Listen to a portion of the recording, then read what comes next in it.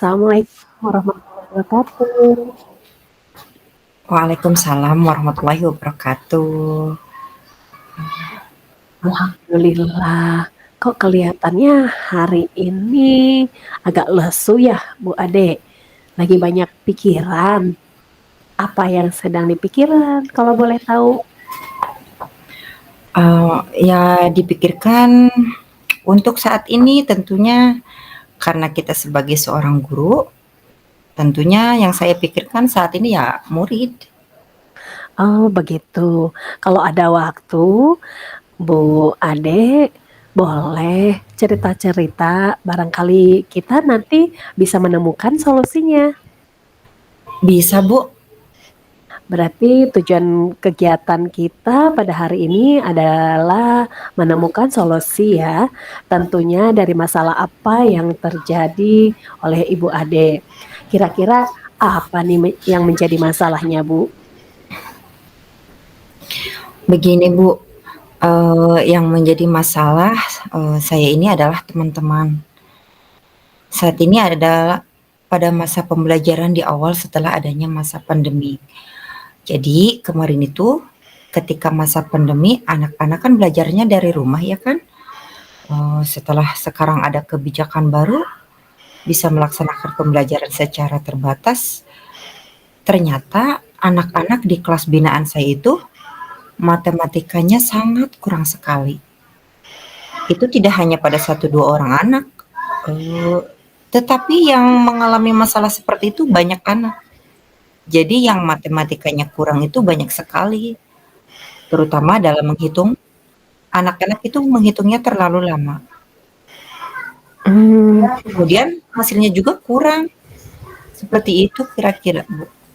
oh, oh begitu ya. Berarti fokus tujuan sesi pertemuan kita yaitu untuk mencari solusi bersama-sama ya, Bu, tentang bagaimana cara mengatasi masalah yang ada di kelas, binaan Ibu Ade ya, tentang pelajaran matematika itu ya, Bu, ya? Eee, iya Bu, pelajaran matematika itu memang betul-betul harus diperbaiki lagi, karena nilainya anak-anak itu ketika mengerjakan soal, yang benar dan yang salah itu banyak yang salahnya, dan itu sangat menjadi sesuatu yang menyedihkan buat saya Bu. Mhm, oke. Berarti matematika itu sangat penting ya, Bu Ade, ya? Iya, sangat penting sekali, karena dalam kehidupan sehari-hari kita juga, perlu banget pelajaran matematika, karena dalam kehidupan sehari-hari juga tidak lepas dengan yang namanya matematika, gitu. Betul sekali, Bu Ade. Dalam mengajarkan matematika itu kita merasakan, hambatan-hambatan ya, Bu Ade, ya.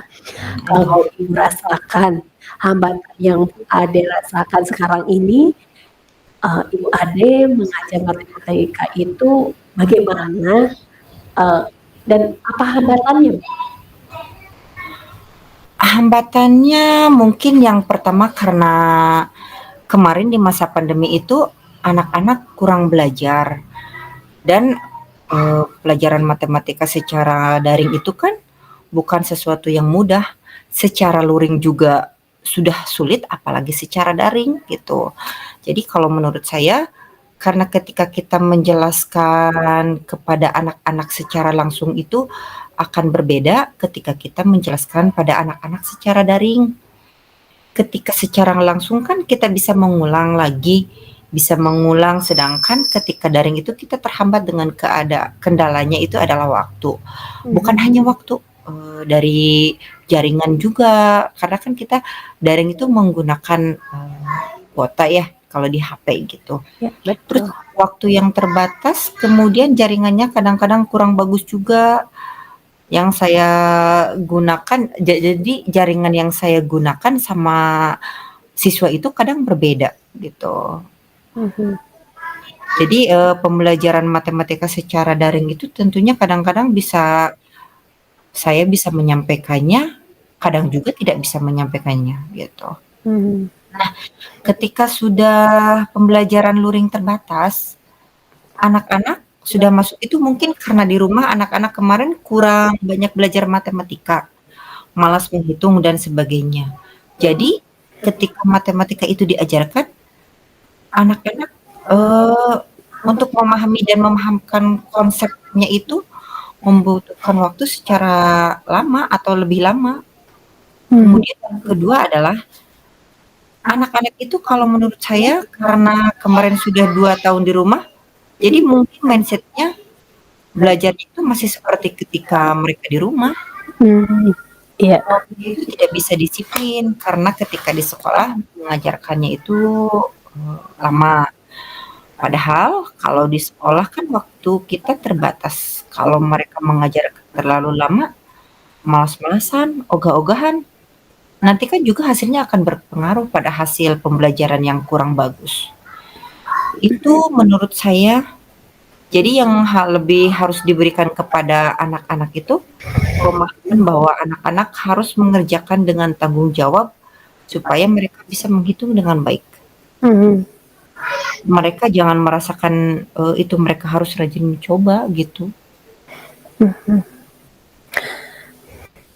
Baik, ya, jadi hambatannya itu sudah jelas ya, Bu, ya. Benar sekali, jadi menjadi hambatan untuk kelas juga saya pernah alami itu, gitu. Kemudian setelah Bu Ade, merasakan hambatan-hambatan tersebut, Bu Ade mengajarkan matematika, apakah Bu Ade memiliki solusi?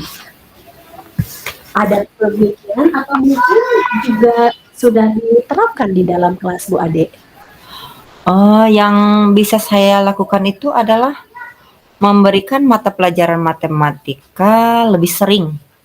Jadi setiap hari itu selalu saya sisihkan matematika, meskipun itu hanya menghitung saja. Jadi tidak membahas mengenai materi, tapi saya memutuskan, anak-anak untuk hari ini selain hari di mana ada jadwal matematika, saya ajak belajar matematika juga. Supaya anak-anak itu bisa menghitung dengan lebih cepat dari biasanya. Karena matematika itu memang dasarnya adalah menghitung ya, Bu. Ya, betul. Jadi kalau menghitungnya itu sudah bagus, saya rasa anak-anak nanti juga bisa mengerjakan soal dengan baik. Jadi saya ajak menghitung aja gitu tiap hari, meskipun, sebentar gitu. Saya beri soal-soal yang hanya menghitung saja. Maksudnya biar mereka itu lebih terampil lagi karena semakin banyak mencoba, tentunya kemampuannya juga akan semakin bertambah gitu, Bu. Wah, bagus sekali Bu Ade solusinya. Jadi Bu Ade memberikan tambahan pelajaran dan lebih sering lagi ya Bu dalam memberikan pelajaran matematika ini ya?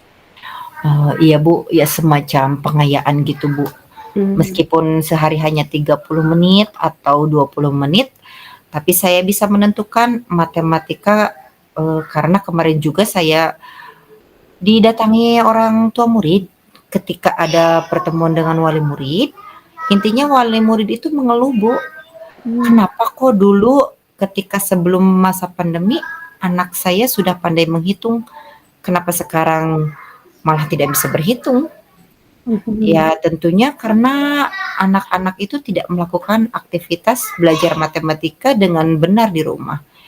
Jadi, kurang belajar menghitung, otomatis belajar berhitungnya juga jadi tidak bisa lagi gitu.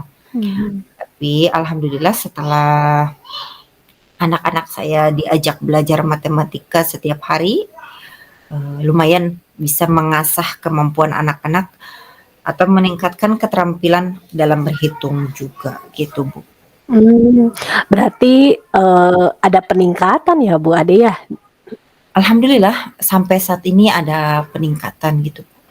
Kemudian setelah Bu Ade menerapkan solusi tersebut, adakah konsekuensinya yang Bu Ade rasakan? Atau, anak-anak rasakan setelah Bu Ade, menyiapkan mata pelajaran matematika di setiap harinya? Oh, konsekuensinya pasti ada, Bu, karena waktu pembelajaran kita terbatas, jadi kalau setiap hari itu saya mengambil 20 atau 30 menit untuk matematika di luar jam matematika, pastinya ada pelajaran yang lain yang akan kurang waktunya, gitu. Untuk mengatasi kurang waktunya di mata pelajaran lain itu, anak-anak saya berikan rangkuman atau ringkasan materi pelajaran yang saya kirimkan, dan juga saya berikan soal yang berkaitan dengan materi-materi yang saya berikan penjelasannya terlebih dahulu, supaya anak bisa mengerjakannya. Mhm. Kemudian setelah Bu Ade merasakan dari salah 1 sampai 10 ya, kalau saya ingin tahu nih Bu, yang sekarang usaha Bu Ade sudah sampai di skala berapa? Jadi untuk mencapai tujuan tersebut, tujuannya supaya nilainya anak-anak lebih baik gitu Bu? Oke. Kalau usahanya tentunya kita mengusahakan yang terbaik ya, 100% gitu. Tapi kan hasilnya ya Bu Yina tahu sendirilah kalau dari dulu sebelum saya mengajak anak-anak belajar matematika setiap hari, ya sekarang itu udah ada 80%. Kalau saya bisa memberi skala dari 1 sampai 100, atau dari 1 sampai 10 berarti ada di angka 8. Karena anak-anak, memang kurang dalam matematika. Memang agak kesulitan juga sih dalam mengajarkan matematika. Tapi, bagi yang mempunyai kemampuan lebih dalam pelajaran matematika, mereka sangat antusias sekali gitu. Ya, kembali ke kita, bagaimana strategi kita untuk mengajarkan matematika sehingga anak-anak tersebut, tidak merasa bahwa pelajaran matematika itu pelajaran yang sangat sulit gitu.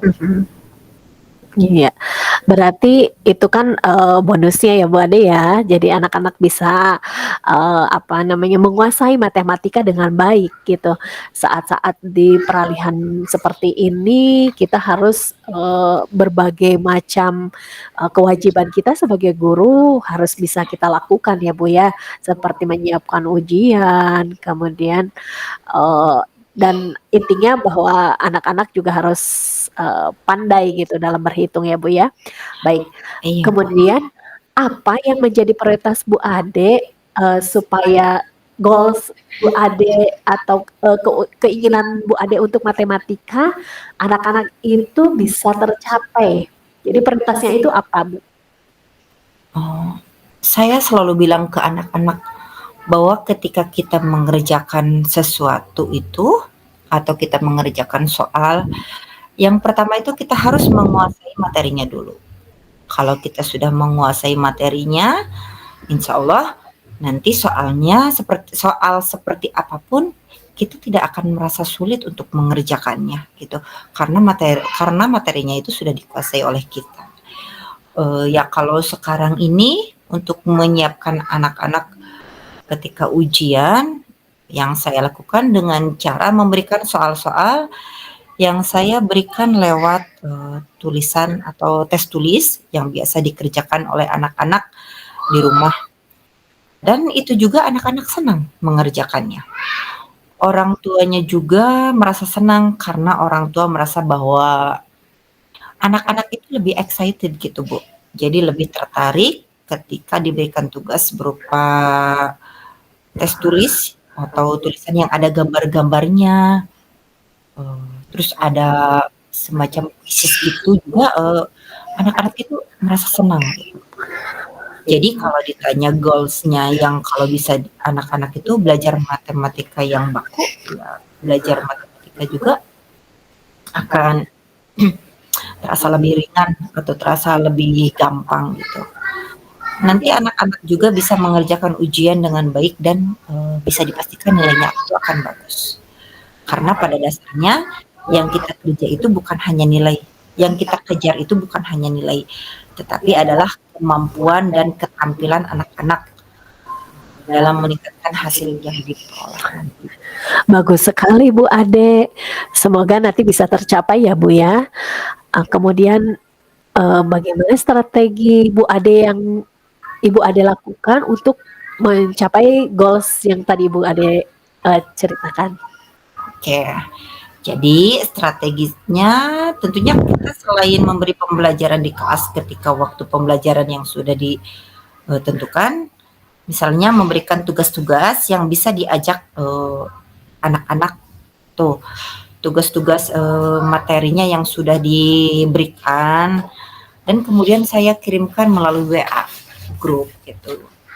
Sedangkan untuk tugas-tugas biasanya anak-anak lebih senang kalau tugasnya itu diberikan melalui ketua kelompok. Jadi ketua kelompoknya nanti yang memberikan tugas ke, anggotanya gitu. Oke, berarti itu, bonusnya ya Bu Ade ya? Jadi matematika menjadi lebih baik lagi gitu ya dari peralihan ini. Nah, apa yang menjadi siapa saja kira-kira nih Bu untuk melaksanakan komitmen ini yang dilakukan Ibu nanti ke depannya? Saya akan meminta dukungan dari kepala sekolah, itu yang pertama pastinya. Dan yang kedua, mungkin saya akan berkolaborasi dengan, rekan yang lain untuk menerapkan rencana saya gitu. Ide yang sangat bagus Bu, semoga nanti dapat dilaksanakan dengan baik ya Bu ya. Amin. Terima kasih banyak Ibu untuk waktunya, sudah mau mendengar keluh kesah saya. Jadi Iya. sekarang saya bisa tahu apa yang saya harus lakukan gitu. Ya, sama-sama Ibu Ade, tetap semangat ya Bu untuk memberikan yang terbaik. Iya, pastinya.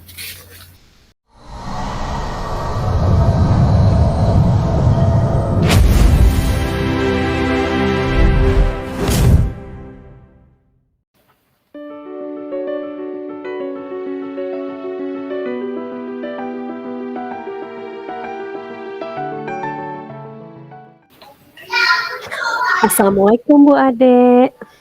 Waalaikumsalam Bu Ina. Selamat siang Bu. Saya mau ngobrol sebentar. Kira-kira mengganggu tidak ya Bu? Siang juga Bu. Ada apa ya Bu? Saya lihat sepertinya Ibu agak murung, tidak bersemangat seperti biasanya. Bagaimana Bu? Ada yang bisa saya bantu? Mohon maaf sebelumnya ya Bu, saya jadi mengganggu waktu Ibu. Tidak apa-apa, santai saja Bu. Begini Bu, saya mau cerita tentang permasalahan yang sedang saya hadapi. Barangkali Ibu bisa membantu. Wah, dengan senang hati Bu. Kira-kira apa ya yang bisa saya bantu? Sebenarnya yang saya ingin mendapatkan solusi atau pemecahan masalah yang sedang saya alami nih Bu. Kalau boleh tahu, masalahnya apa ya? Mungkin saya bisa bantu. Coba ceritakan apa yang sedang Ibu rasakan.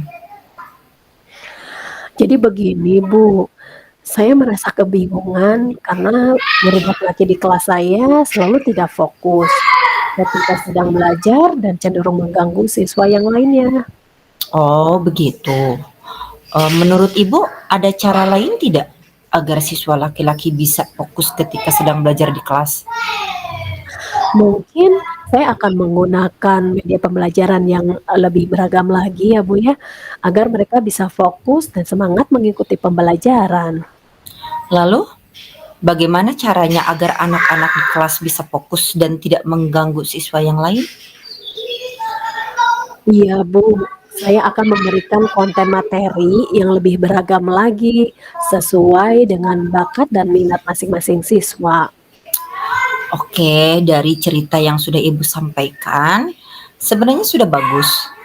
Ibu sudah menerapkan pembelajaran berdiferensiasi dengan menggunakan beragam media dan konten yang beragam sesuai dengan minat dan bakat siswa. Untuk masalah ini, Ibu bisa merefleksi dan mempersiapkan diri dengan hal-hal positif sehingga menambah semangat Ibu dalam mengajar.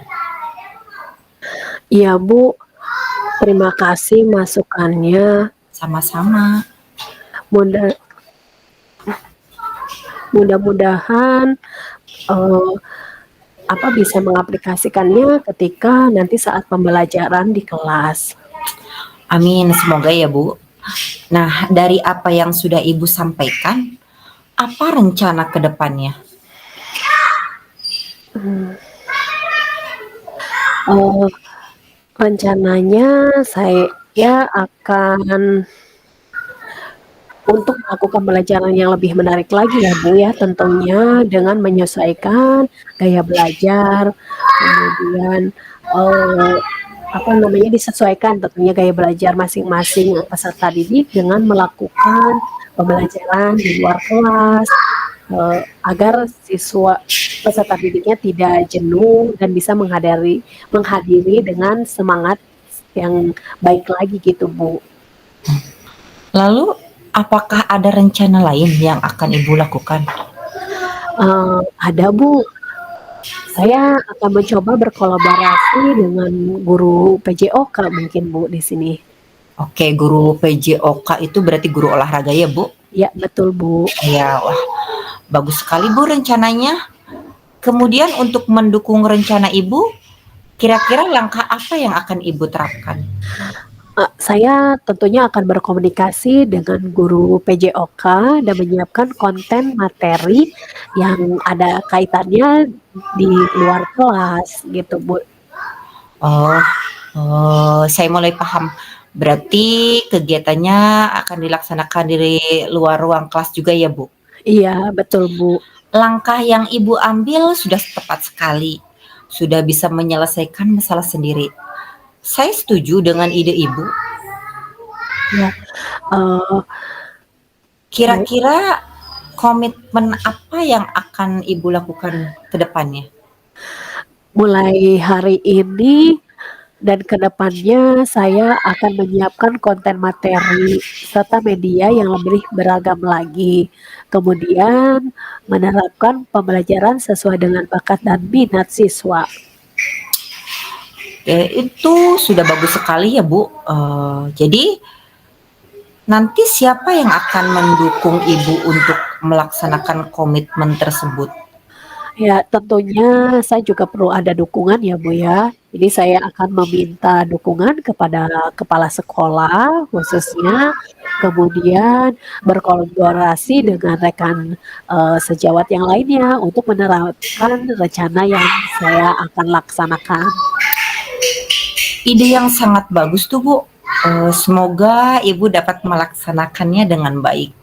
Amin amin. Terima kasih banyak ya Bu atas, masukannya dan, waktu luang yang telah Ibu berikan kepada saya, yang sudah mendengarkan keluh kesah. Jadi sekarang saya bisa tahu apa yang harus saya lakukan ke depannya. Sama-sama Ibu, tetap semangat ya.